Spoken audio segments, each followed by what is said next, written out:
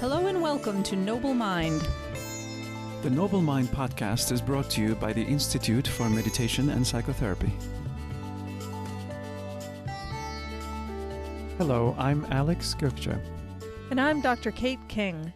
In this episode, we talk to Dr. Sara Lewis about her work studying Tibetan experiences of trauma and resilience. Dr. Sara Lewis is Associate Professor of Contemplative Psychotherapy and Buddhist Psychology at Naropa University. As a psychological anthropologist, Sara's research focuses on trauma and resilience in the Tibetan diaspora.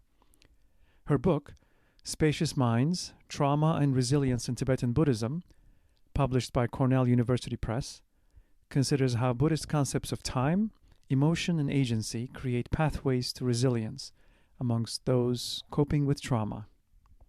She's also a psychotherapist in private practice. You can find more information about Sara and her work at spaciousmindspsychotherapy.com. We hope you enjoy the show, and don't forget to subscribe to this podcast and stay in touch on social media. You can find us on Facebook and Instagram at Noble Mind Podcast. You can also get our show notes at www.noblemindpodcast.com.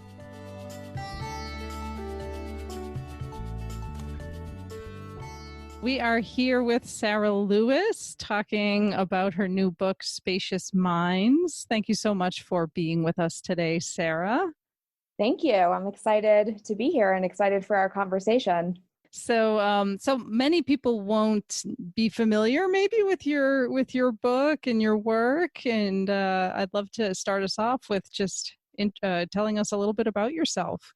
Sure. Well, I'm trained as a psychological and medical anthropologist, and basically that means that I'm interested in mental health across cultures. And then within that, I've specialized in working in the Tibetan refugee communities of India and Nepal. And then alongside that academic work, I've been working as a psychotherapist and trained as a clinical social worker, working in conventional community mental health settings here in the U.S., and which is kind of interesting because there's a lot of, and I'm sure we'll get into this today, really a lot of differences between these two systems. And, that's something that I find kind of exciting and interesting to be able to kind of work within two pretty radically different systems. And then I'm currently teaching at Naropa University, which is in Boulder, Colorado, in the Contemplative Psychotherapy and Buddhist Psychology program.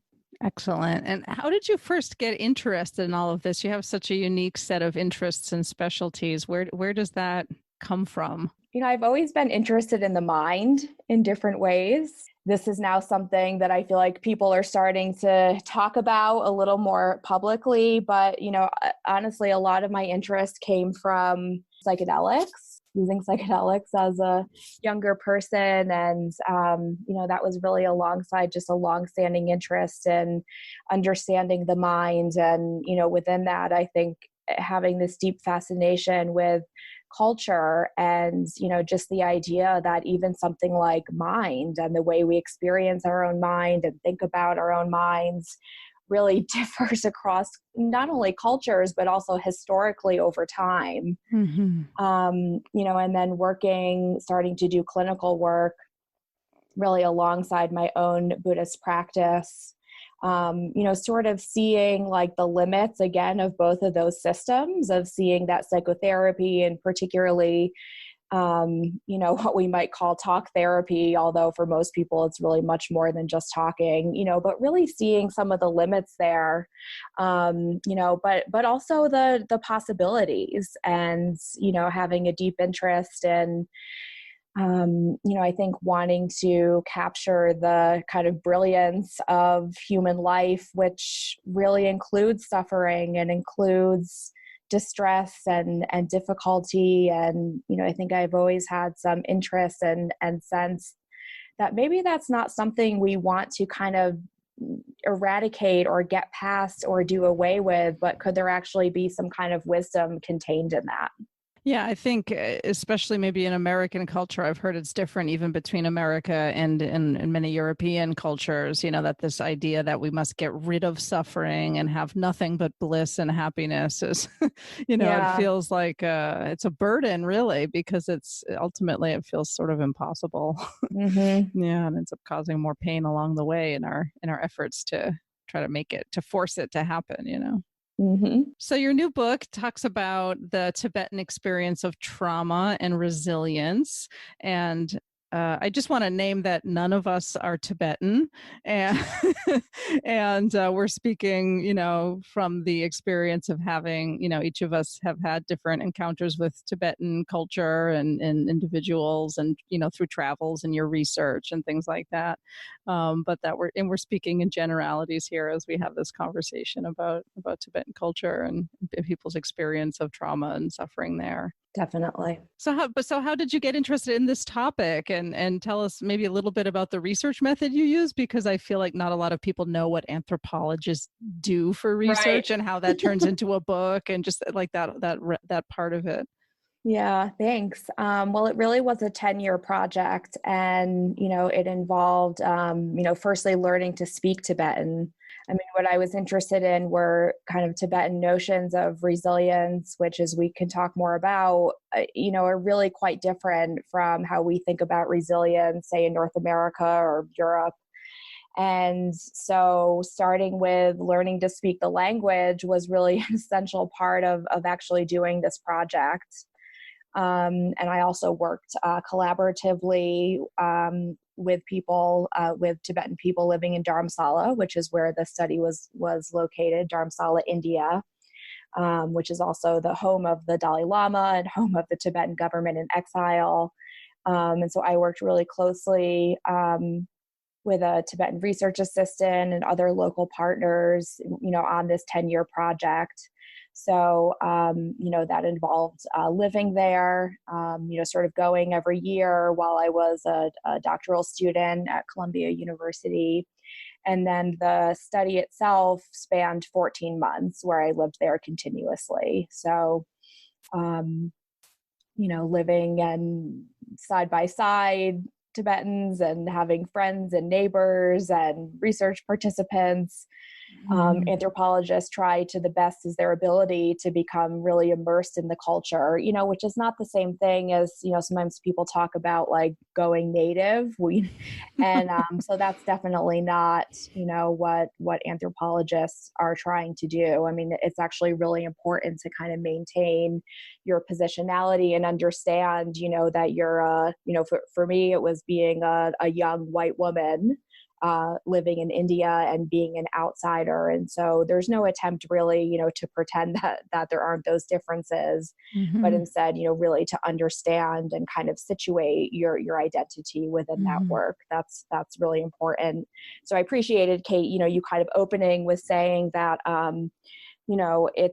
it's tempting to kind of get into a discourse or a discussion of like Americans think like this and Tibetans think like this. And, so I appreciate you saying at the outset that we want to avoid, speaking in that kind of way, and then at the same time, I mean, there are some clear kind of differences in the way that Tibetans, and particularly Tibetan Buddhists, think about what we might call trauma. And certainly resilience. Yeah. Naturally, following up on that, how would you conceptualize, compare and contrast the approaches to trauma and resilience in Euro-American versus Tibetan cultures? Mm-hmm. Yeah, I love this question. And even within the Tibetan, or I'm sorry, even within the American kind of view, I mean, I think there's an explosion really of new kinds of research around trauma, and certainly looking at trauma as really more of a problem, if we want to call it that, of the nervous system, and looking somatically at the body rather than a, quote unquote mental illness. But certainly if we look at something like post-traumatic stress disorder, it is characterized as a mental illness, legally and medically, and it's seen as something that happens in response to a discrete event right? And then there's some feeling of that we're not able to kind of fully participate in our life, or there's some marked impairment. We go in to see a clinical or medical expert, to get rid of that trauma. And then hopefully we have this idea of bouncing back. And in the book, that's something that I sort of speak against, on the idea of, quote, bouncing back. From the Tibetan point of view, there's no mental illness that could be like, this is interesting as an anthropologist, to see that you can kind of translate some words, but sometimes the concepts really don't translate at all. And this is one of these instances. There's no Tibetan word really that translates into trauma in the way that we think about it as a discrete kind of mental illness. It's much broader than that. It sort of encapsulates both somatic and psychological kind of difficulties. And it also is sort of collective in nature. And I can talk a little bit more about what that means if that would be helpful. Certainly. And then the other thing to say is that probably what we might call trauma or a traumatic response is really thought about, for many Tibetans as more of a religious or a spiritual problem. And so part of what I write about in the book is the ways that trauma, and particularly post-traumatic stress disorder, really have come out of a particular cultural and historical set of circumstances that coalesce in the defining of a syndrome. So I'm not saying that PTSD doesn't exist, but I am acknowledging that PTSD does not seem to be universal in its presentation. So there is a biological component, the fight, flight, freeze response. Right. And then there's the social construction of emotions, of emotional distress, mental illness. And you talk about looping as a process by which things get reified. Yeah.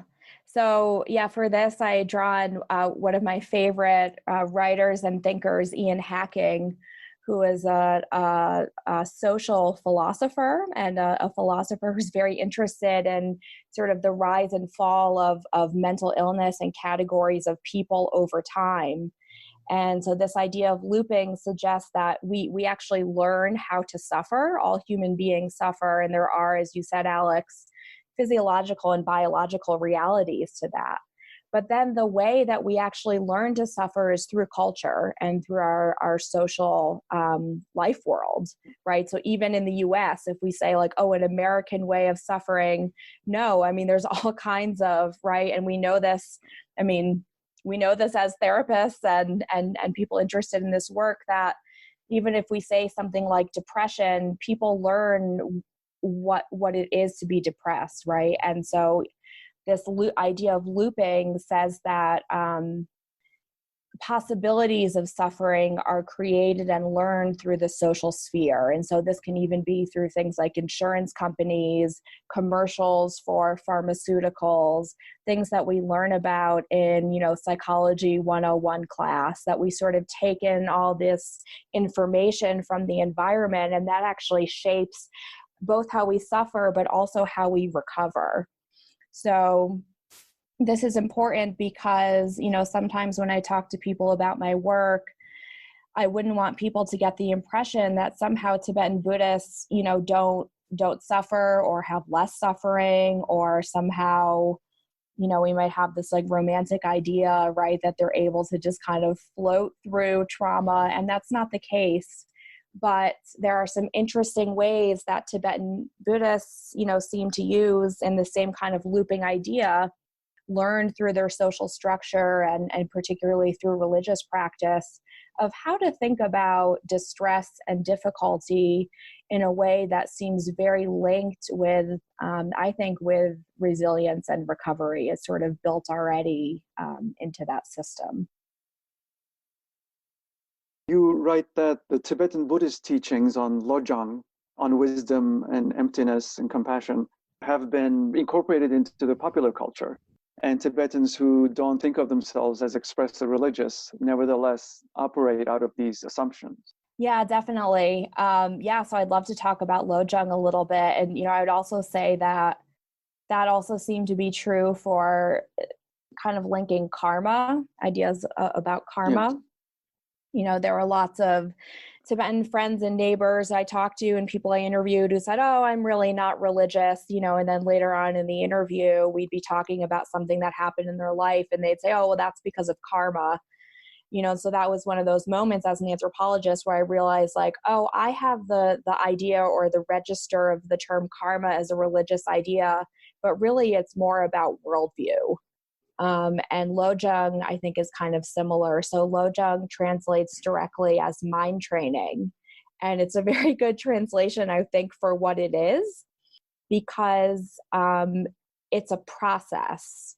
It's not like, oh, either, I'm using resilient thinking or I'm not. So Lojong is predicated on this idea that we can actually train our minds. This is, of course, also how we talk about practice, meditation practice, right? It's something that we're engaging in. So there's two aspects of Lojong, of mind training. The first is generating compassion, often for others in one same situation. And then the second has to do, this part's a little more difficult to explain, but this has to do with emptiness, meditating or reflecting on emptiness, which from the Buddhist point of view, of course, is the nature of reality itself.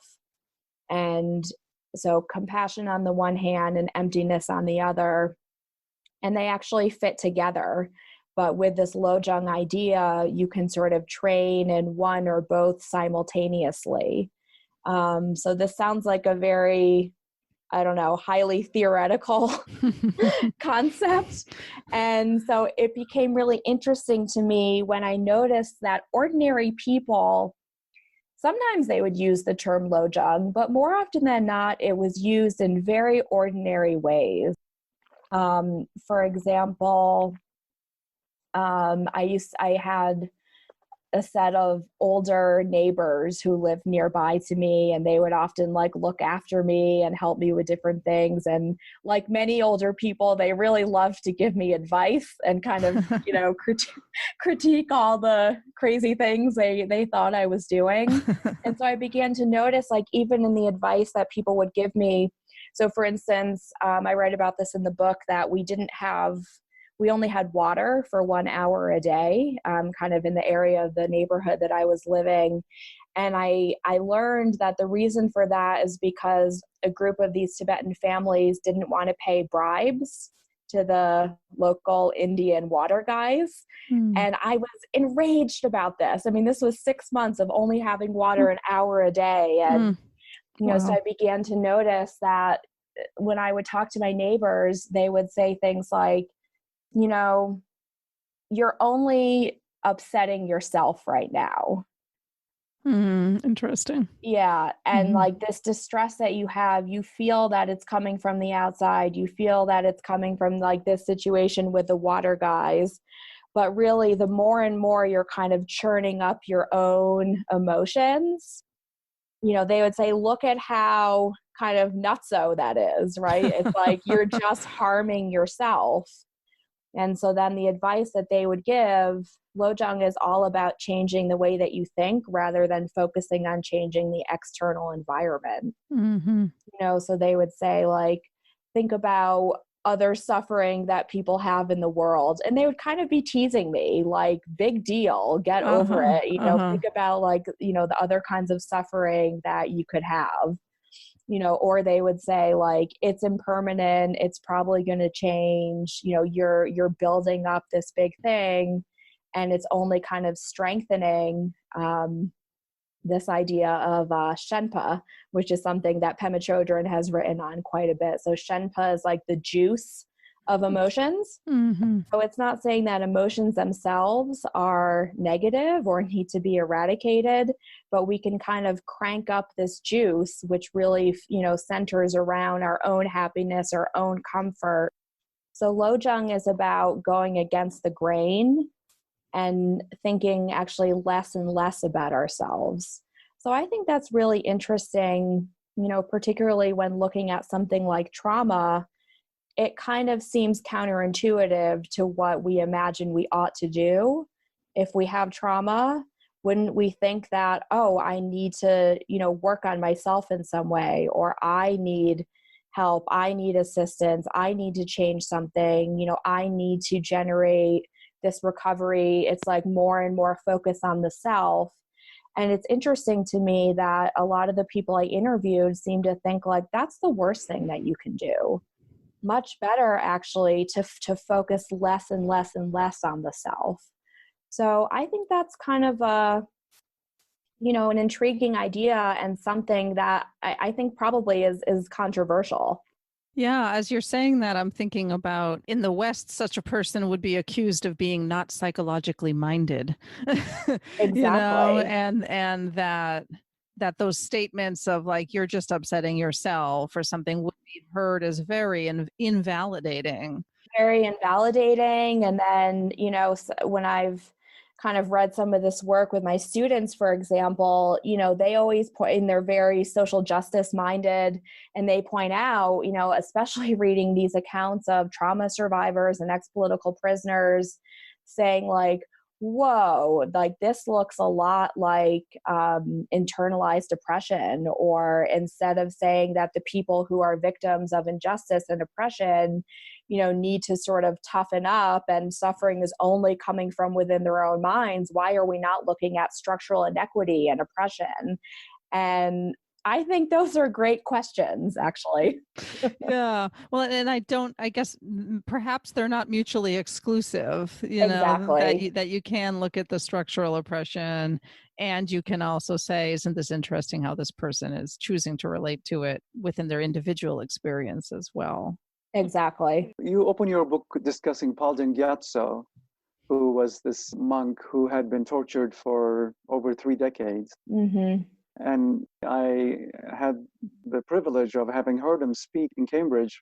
I remember thinking, gosh, this person is the one with the best presence of mind in this whole space, and he's been tortured for 33 years.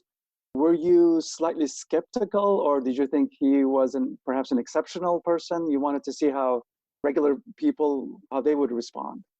I was interested in ordinary people. So I certainly, thought of Palden Gyatso as, okay, this is an extraordinary person. And I felt like, yeah, and I'm also interested in just the ordinary experiences. This is part of what led me to argue in the book that these sort of Lojong ideas really are interwoven in ordinary cultural logic of what one ought to do in the face of difficulty. So, for example, so just for anyone listening who doesn't know the story of Palden Gyatso, he, as Alex said, was imprisoned for about 3 decades. And when he came out, he was interviewed and famously said that his greatest fear was that he would lose compassion for his torturers. So I still see him as a pretty extraordinary person, and again, it's not the case that ordinary Tibetans are, able to sort of find that level, we might say, of resilience or spiritual attainment.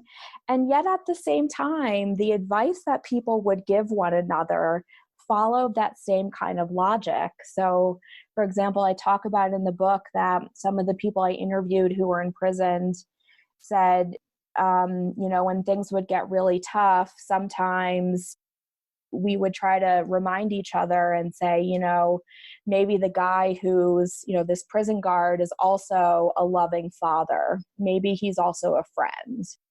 Maybe he's also, maybe he's someone who needs this job in the prison to feed his family. That's not the same thing as saying that what's happening, right? And that's not approval. Yeah. It's not approval, but it is operating on this kind of Lojong based sensibility of creating space. So the name of the book I wrote is called Spacious Minds. And this is what I argue is kind of the hallmark of resilience. It's not that you don't feel the pain and suffering and everything that goes along with it, but it's about creating space around that. So I like this example because it's kind of concrete, of seeing like, I know this person in this one particular view. And yet maybe he's also these other things, where he's this loving person. And that, my interlocutors would tell me was something that really helped them generate or build resilience around what was happening. So the flexible way of thinking about the events makes a difference in the outcome. And you also talk about Kelly McGonigal's study that seems to have produced some evidence for this as well. Definitely. Yeah. And I think this concept of psychological flexibility, is one of these areas. Like sometimes people ask me like, oh, can these ideas just be imported, into the West, and can they be used by psychotherapists? And I think to some degree, yes, and some degree, no. But one area where I think that there already is quite a lot of overlap is, as you're saying, Alex, this idea of psychological flexibility. It also reminds me of what I learned way back in my social psychology introductory class about situational and dispositional attributions. This idea that, this person is behaving in a certain way. Is it because they're a terrible person, or is it because they're in a certain circumstance that then leads them to behave a certain way? And I remember when I encountered that, it was like, wow, like the worldview shifted a little bit, because then whenever I would encounter somebody speeding on the highway or being a jerk at the grocery store or whatever, there was a different thought process that was invited in, like, well, is this actually who this person is, or what else is going on? Like it sort of Right. opens the mind up to other possibilities, or just the complexity that we all are, that Yeah. we're more than just who we are in any one role or any one moment. Definitely, and then for Tibetans in Dharamsala, it's also, we can't underestimate kind of the wider view of multiple lifetimes. So, karma is a major explanatory model, right? Of like, why is this happening on the collective level? And there are a lot of interesting ideas about collective karma, but also like, why me and why at this time? And with karma, in sort of multiple lifetimes, there's really a built-in idea of, and this is again something that Westerners kind of bristle at a little bit. I think when they read the work, this idea that many, many people I talk to felt that negative things, including torture and trauma, happen because of something, that I did in a past lifetime. I spoke with another researcher when I was there who told me that he had interviewed someone recently. This story always stuck with me, that he was imprisoned and had his hands kind of bound behind his back. And over time, he somehow managed to like get his hands out of the binds. And then over time, he actually put his hands back in because he worried that if he didn't like fully kind of suffer in this situation, that he would have to then in yet another lifetime go back and purify that karma. Interesting. So, Wow. yeah, this is something that I think for us as Westerners, it's really hard to wrap our minds around. And, something that I notice gets kind of like pushed to the side of karma, multiple lifetimes. But, for this group that I was working with, this was a really core idea of like why things happened, but also I think enabled people to sort of work with it in a certain way, right? Because if there's this idea of I'm purifying something, I'm purifying this negative karma, it's almost like there's a purpose behind it. So there's a lot of research that talks about, for example, when people are, suffering in a war or as a part of a political movement, that actually acts as a buffer or as a protective factor, right? Because it's not senseless. It's not for no reason. And so this is another area where like really ordinary people, dealing with pretty tough things in their lives as refugees, it's like the view was much bigger because it's not just for this lifetime. Right. But I'm also thinking about the explanatory models that exist in every culture, and how there are certainly explanatory models that exist, whether it's in Christianity, which is, sort of embedded in Western culture, whether one imagines or whether one feels oneself to be Christian or not. But sort of this idea that, God only gives us as much as we can handle, or something like Mm-hmm. that, would be another explanatory model in that many people might have here. Whether or not they would consider themselves specifically Christian, they may believe in God and sort of use this way of thinking, or even something like turn the other cheek, or Mm-hmm. certain values that are so embedded in how so many people think that they don't even realize it's connected to a Christian teaching or something. Definitely. Yeah. Well, you're right about how in Christianity there's the idea of original sin, whereas in Tibetan Buddhism, the idea is that the mind is pure. The obscurations can be removed. You give the example of the floor is made of gold, but it's covered with dirt. So the person's under the impression that they're in bad shape. Right. This idea of Buddha nature. That's an interesting one, because I also write about in the book, a lot of my Tibetan interlocutors were kind of disturbed at this idea that is, I think, very normal to us in the US, of being a trauma survivor. And, I do want to say that for people who identify as a trauma survivor, that can be extraordinarily helpful to feel that there's another, that there is a community of others who have gone through things that they've also experienced, and that they've lived through it, they've survived. And so I always want to be careful to not devalue that as a view, because people do find that extraordinarily helpful. And it's also at the same time interesting to me, like, why it is, that the Tibetans who I spoke with found this idea of creating a trauma narrative or identifying as a trauma survivor, like why they kind of bristled about that. Mm. And interestingly, I think part of the reason why is, Alex, because of what you're bringing up, this idea of Buddha nature. They felt that solidifying something from the past and actually creating an identity around it was actually getting further and further away from our true nature, which is, free of obscurations and sort of free of negative karma, all loving, all compassionate. So they felt that to sort of take something from the past and like solidify it, as an identity, and sort of keep returning to it over and over again, like we talk with neural pathways, right? This idea of like you're strengthening something, you're strengthening this path.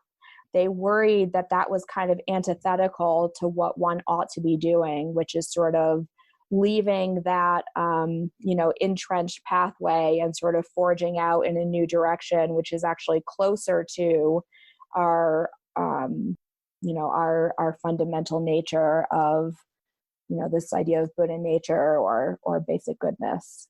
It's reminding me of this idea that you had said earlier about how we learn within our cultures, we learn how to suffer and we learn how to get well. Like we learn what the healing interventions are and we learn what the symptoms are. And, there's some foundational things, like we were talking a little bit about fight or flight, but there are things that are very much culture bound, and same thing with what getting well looks like, and I think this idea of having a narrative around being a survivor of something, whether it's trauma or cancer or something, like you said, can be very helpful, but it does exist within a certain cultural context. For sure. I also talk about in the book how some Tibetan activists, and particularly younger activists, have sort of taken up this idea of the trauma narrative, but not for psychological healing, but actually as a political device and for political aims. So sort of entering into this global stage of, international aid and sort of, we might call a global refugee crisis. These activists have learned that successful human rights campaigns are predicated on the trauma narrative. And so they're kind of experimenting, with this new genre, really, this new form of discourse of kind of creating this like discrete narrative that can then be circulated, via Human Rights Watch. And there's a lot of young, really amazing Tibetan activists who are using Twitter and YouTube and, different technologies to sort of both generate and then also circulate trauma narratives. But again, it's not really for psychological healing. So that's interesting to me. And I think a really innovative, sort of thing that's happening in our world right now. Yeah. So there's a tension between those two approaches. Yeah. And you're right that basically Tibetans are not trying to reconcile those two. They're holding both lightly. So if they want to advocate, they use one. If they want to heal themselves, they use the other. Right. If they want to heal themselves, right, like the idea of going to like a, clinician of some kind is like, well, why would you do that? If you're having distress in your mind, like the best thing to do would be to visit a lama. One thing I was curious about, if a person is being mistreated in a prison because they're Tibetan, there's this idea that to some extent this is their own karma, Right. I think, coming to fruition. You write about unjust but not unfair.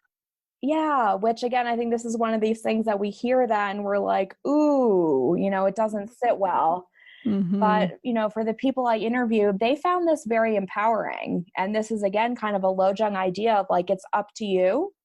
If it's the case that suffering is only generated within your own mind and doesn't come from external events, that could be a very empowering view. It's up to you. So, so to your question about karma, it can be unjust but not unfair. It's like, well, this negative karmic seed exists. And now this has come to fruition because of my own habituated patterns and, my own like things that I did in the past.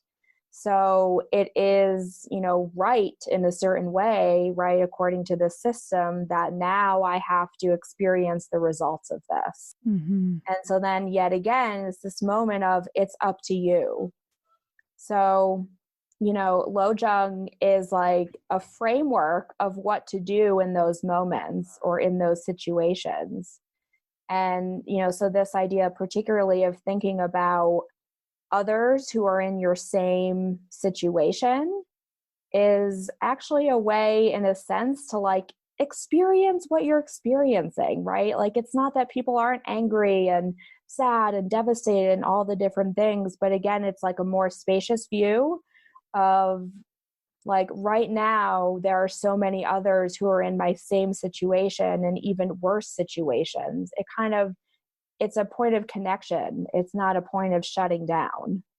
I was thinking as you were talking about that feeling, the unjust but not unfair idea, and how it kind of sits, because, and as I reflect on that, it feels like part of why it sits badly is because we have, at least here, many of us, maybe not everybody, but the sort of guilt and shame layer, that there's some layer of self-blame that like, it sounds like it's saying, oh, it's your own fault, you're being, tortured or something. Exactly. And I think it also gets back to this idea of, again, this is just one lifetime. So the framework or the span is like much bigger, and I think I don't like to solidify this too much, but we do talk about, a North American or European view of being particularly individualistic.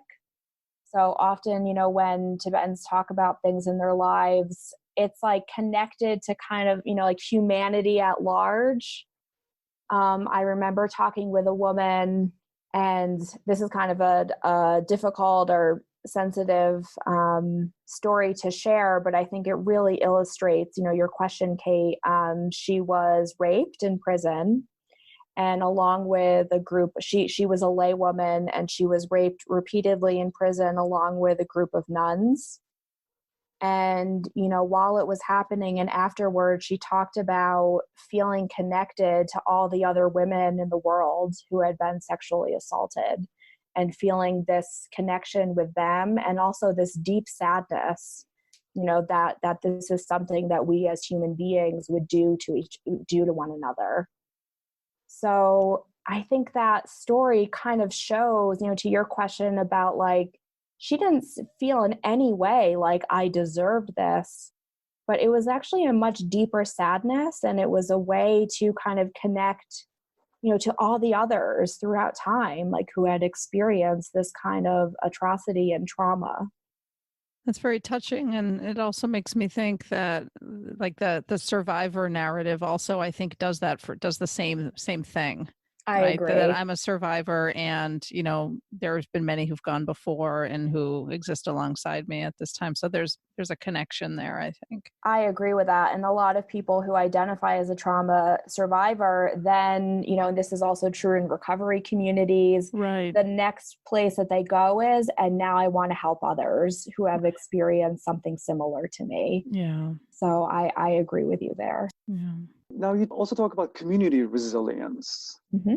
So one of the ways in which this is different is that they're resilient as a community and not as individuals. Yeah, definitely. So it's like there's a lot of paradoxes, I think, embedded in this study and in the book, because, right, like on the one hand, it's like, well, the pathway to resilience is kind of letting go of your suffering.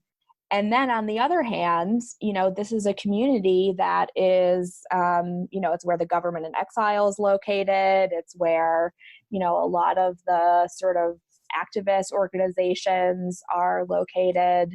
So, Tibet as a kind of nation state, fighting for its land and for its political autonomy and religious freedom, has done anything but let go. So that to me is, again, is a paradox, right? And, the Dalai Lama talks about this a lot. Like people, journalists often ask him, like, is it true that anger is never useful? And he says, no, anger can be very useful. Hatred, never. Hatred is never useful. But anger, if it's used in a righteous way, to actually work for the benefit of others. And, by the way, a lot of Tibetans would talk about like a sense of sadness for Chinese, police and prison guards who maybe just kind of fell into these situations, but who they believed were like generating a lot of negative karma, right? By, sort of having to oppress local Tibetans and so forth. So yeah, it's kind of complex. They think of the people who do the torturing as being in much bigger trouble. That's what they say. That's what they say. In the long run, karmically, you mean? In the long run, karmically. Mm-hmm. Yeah. And, that doesn't mean that, like, again, in the moment that, people are just like floating on a lotus, totally fine. That's right. Not it. But then it's like, that's part of the pathway to resilience. And that's part of like this sense of, they were always saying like, we have to let go, continuing to talk about trauma and the things that have happened over and over again only like solidifies and only makes this, they wouldn't say neural pathway, but that's how I would think about it, like only kind of deepening that entrenchment. We talk about resilience not as a way of keeping adversity outside of you so you can bounce back like a basketball, but rather that the person works with the vulnerability, adds compassion and concepts of emptiness, and as a result evolves in some way. Yeah, I don't like this idea of bouncing back, which is how we, sometimes talk about resilience. And the reason I don't like it is because it suggests that what was going on during that period of difficulty is not of value. So it's like bouncing back to what? Mm-hmm. So if people know the work of Rachel Yehuda, she is a researcher at Mount Sinai who has worked a lot with Holocaust survivors and their descendants. And she works in the field of epigenetics and is sort of looking at epigenetic changes, in descendants of Holocaust survivors who are not there, and has some really interesting findings. But one of the things I like about her approach is she says that trauma is something that changes you and not always for the worst. So, and we, I think, know this intuitively, even if you talk to people who, let's say, have had cancer and survived. No one wishes to have cancer, but a lot of those people will say that they really learned something important, that coming through that experience, their life is totally transformed and changed. And it sometimes changes in predictable ways. And often those changes are connected to compassion, to enhancing a sense of interdependence and interconnectedness, right? Priorities, appreciating life. So I don't like this idea of bouncing back because, there really sometimes is a lot that can be learned through deep adversity. So that I think the challenge is also not to romanticize that, right? And also see that, like, sort of honor the suffering that people do have. And I think the bouncing back idea doesn't honor that in a way, kind of suggests like, well, you have to just, sort of get back to usual. I think that's also a very, capitalistic way probably of looking at suffering. Yeah. Yeah, I encounter this in the work that I do, which is more with grief, and this Mm, idea that, oh, well, you should get over it, like, when will I get over, people ask me, like, when will I get over this, and it's, well, this person was a very important person in your life. You shaped each other's identities. You spent a lifetime together nearly, so you're not going to, quote, get over it, or bounce back, right. that you're changed because of this loss, and you're changed because of this person having been in your life. Hmm. So yeah, the bouncing back is sort of connected to that, like, oh, I just want to, like, jump over the river to the other side kind of thing. Exactly. Yeah, and like you're saying, we lose the wisdom that can be gathered from that hardship. Hmm. So, along with your work as an anthropologist, you're also on the faculty at Naropa, training future counselors and therapists. Yes. So, what is that like for you there? And do you find that these ideas and this work you've done informs how you teach and train counselors, or your own work? Yeah, thank you. And, even when you were speaking just now, Kate, I was thinking like, and that's what we're trying to do here here at Naropa. I mean, you actually just said it very well. So yeah, our department is, as I said, contemplative psychotherapy and Buddhist psychology. And the training that we do for counselors here, master's level clinicians, is around this idea of brilliant sanity. And this was an idea that was written about by Chogyam Trungpa Rinpoche, who is the founder of Naropa. And brilliant sanity has to do with seeing and honoring the wisdom of every aspect of our human mind. And so this is, the major kind of approach that we're training our students in. And it sometimes can feel very antithetical to what they think they're going to be doing as therapists, right? So someone said, someone is coming, I have depression, and you're going to tell them, well, let's look at the wisdom of your depression. Like, I don't think so. I want to get rid of this thing. Mhm. So, it's a very nuanced and in some ways, I think, radical approach Mhm. to looking at suffering. So we also have in our program a series of Maitri retreats, and I can talk about that a little bit. So our students spend 9 weeks in retreat over 3 years, which is quite a long time. And the Maitri retreats, again, was a practice developed by Trungpa Rinpoche, and it involves coming into contact with both the wisdom and neurotic aspects of our minds and becoming comfortable with even extreme states, learning about our own moments of psychosis and depression. And so really coming into very close contact. And then we have a series of contemplative and meditation practices centered around looking at what we call the five wisdoms, or the five Buddha families. And each of these wisdoms or Buddha families holds a series of different kinds of wisdom and neurosis. So students are really training first in sort of meeting their own minds, and that includes every aspect of their minds before they begin to work with others. But it's all from this perspective of brilliant sanity, like really, really seeing and honoring the wisdom of every aspect of the human experience, and relating to suffering and relating to difficulty with Maitri. What you're describing, as I'm understanding it, is that that there isn't anything that will meet in our clients that we haven't, at least on some small level, experienced within ourselves in our own minds, or that we could go looking for a seed of something within ourselves that can resonate with even what seems like, very extreme emotional or like you're saying, like psychotic states or things like that, those things exist on a continuum in all minds, because I think that mental health treatment, um, professional training can sometimes be sort of othering of the client or the person with the quote illness coming to treatment. So that feels like it would be a real balm against that. Definitely. In your book, you also talk about hope and fear, the dangers. Could you say a few things about that? Sure.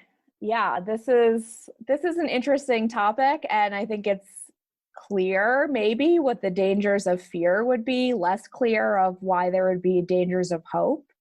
So one reason for this, and this is, a very classic Buddhist idea, but something that, again, I did feel was very instilled in sort of ordinary Tibetan cultural life. One reason for this is that we don't always know. We don't always know what will be good or bad in the long run. I think many of us have had this kind of experience where something negative happens in our life, like maybe we didn't get a job that we really want, and then 5 years later we look back and say, oh, thank God I didn't get that job, because then this wouldn't have happened, I wouldn't have met this person, I wouldn't have ended up in this location here. Yeah. So it's like we hope for things for not very good reasons sometimes. We don't always actually know like what is ultimately, say, in our best interest. Something can happen and we might think it's because of negative karma, but then actually maybe it's because of our merit that something happened, So this idea of merit or good karma might actually be because of our great fortune that something happened, or sometimes it's both. So we tend to have very reductionist thinking. It centers, very much around our ego, so this idea of the spacious mind or the flexible mind helps us like broaden out from that and, sort of open up in a way. So that's where the trap of hope comes in. It's not saying like we don't care what happens, or it's not saying, because also in Buddhism, we have the idea of aspirations. But those aspirations are usually for kind of our highest good or the highest good of others. May this benefit all sentient beings. May this benefit me on my path.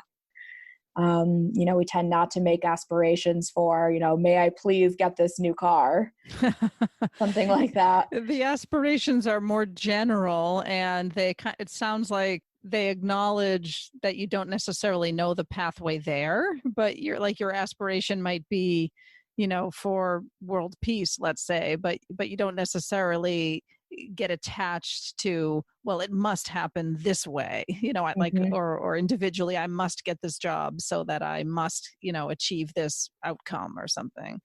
Yeah, and this is all embedded within the Four Noble Truths. This is why we suffer. Life is suffering. We suffer because we don't get what we want. We're attached to particular outcomes, right? And then the path through that is to let go in some sense of, it's like, can we be more okay in a range of situations? Life, there's adversity and there's benefit. And so getting out of the trap of hope and fear, it's like we're not so bound, we're not so locked into I'm fine when I'm getting what I want and I fall apart when things don't go my way. I mean, that sounds simplistic, but much of the Buddhist path, right, is sort of helping us to open up a little bit, You also connected with Viktor Frankl's Ideas in Man's Search for Meaning, where he writes that apathy can become a psychological safe place where there's no risk.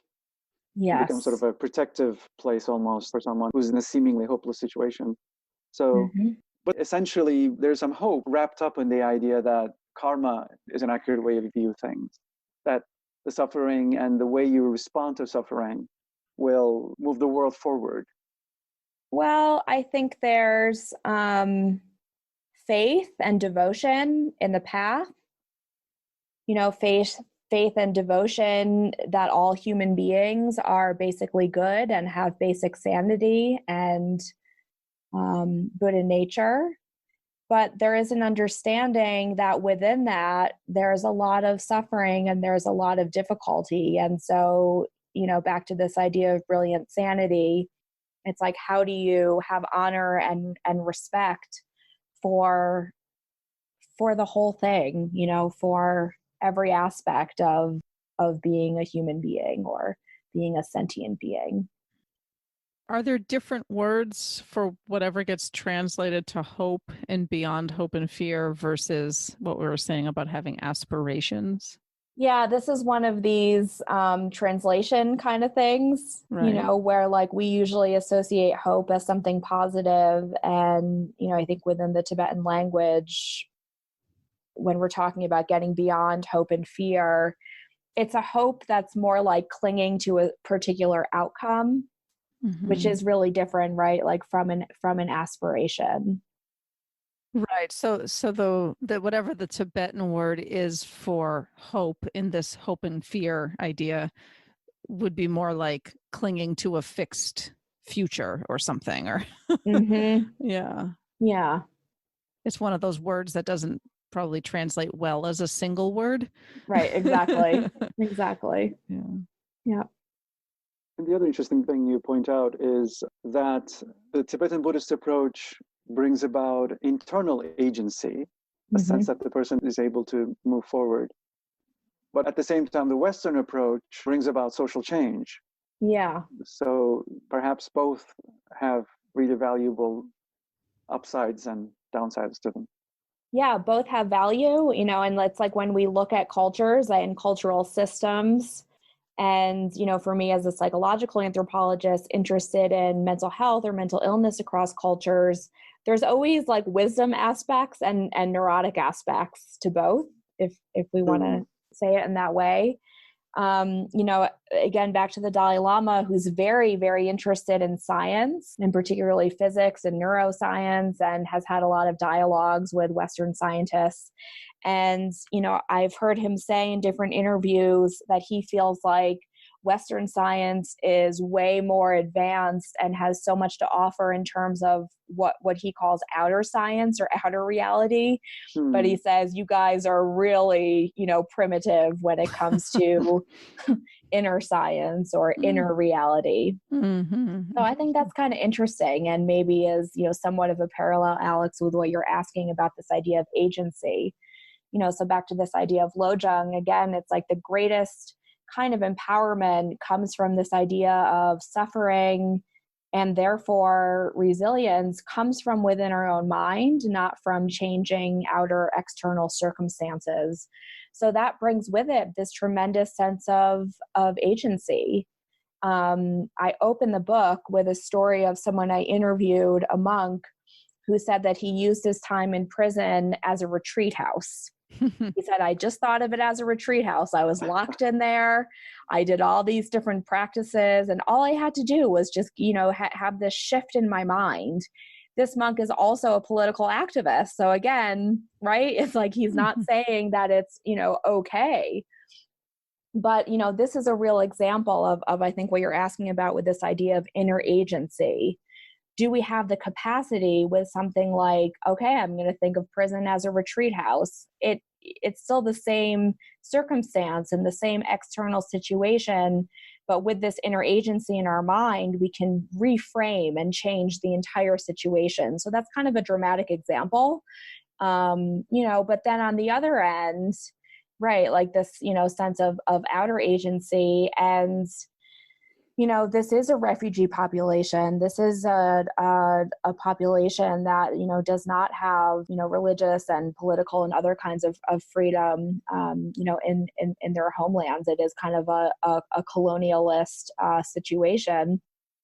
There's a lot of younger Tibetan activists who, it's like people will never really go against the Dalai Lama, and he's all about, kind of autonomy and trying to find, through nonviolence, like trying to work with China, and that hasn't really worked thus far.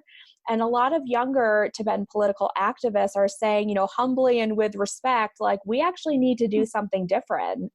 And maybe this path of nonviolence or what's called the middle way approach actually isn't working for us. And maybe we need to take more action. Maybe we actually need to work, globally or internationally with other kinds of organizations or political groups or nation states, to actually take a more active approach. So I think that's kind of an interesting question to ponder. And in the book, you talk about how bureaucrats in India are ignoring you together with Tibetans. You guys are sitting in the waiting room for like 8 hours while they just have tea and shoot the breeze. I'm just bringing that up to say in Western countries, these problems have been solved. So these are solvable problems.